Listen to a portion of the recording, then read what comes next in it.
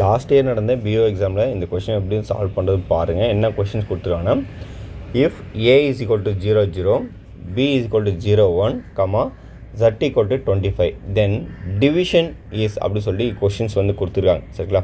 இது எப்படி சால்வ் பண்ணலாம் அப்படின்னு பார்த்தீங்கன்னா, ஏவுடைய பொசிஷன் வந்து பார்த்தீங்கன்னா என்ன பண்ணிடுறாங்க, 0 0 கொடுத்துறாங்க. பியோடைய பொசிஷன் வந்து 0 1.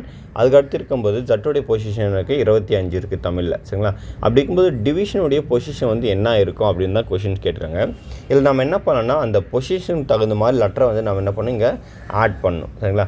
அப்போது என்ன பண்ணிக்கிறாங்கன்னா, ஒரு லெட்டரை வந்து அந்த என்ன பண்ணிக்கலாம், பொசிஷன்லேருந்து 1 சப்ராக்ட் பண்ணிக்கிறாங்க.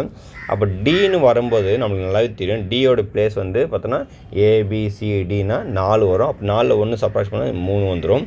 அடுத்து ஐ வந்து பார்த்திங்கன்னா நம்மளுக்கு எத்தனாவது லெட்டர்னா 9th லெட்டர். அப்போ 9ல் 1 சப்ராக்ஷன் பண்ணால் நம்மளுக்கு 8 கிடைக்கும், டிஐ. அடுத்து வி. சரிங்களா? வி வந்து பார்த்தோன்னா நம்மளுக்கு டீயோட லெட்டர் வந்து பார்த்தோன்னா 20.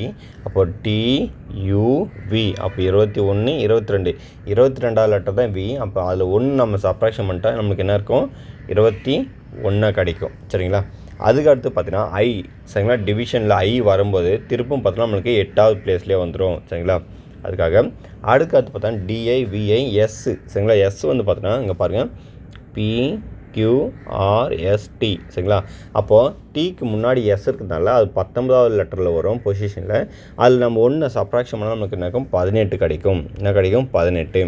அதுக்கு அடுத்து பாருங்கள் எஸ்ஸு திருப்பம் ஐ வந்துக்கிறதுனால நம்மளுக்கு என்ன கிடைக்கும், 8 கிடைக்கும். அடுத்து வந்து ஓ வந்துக்கிறதுனால ஓடைய பொசிஷன் வந்து பார்த்தோம்னா நம்மளுக்கு 15.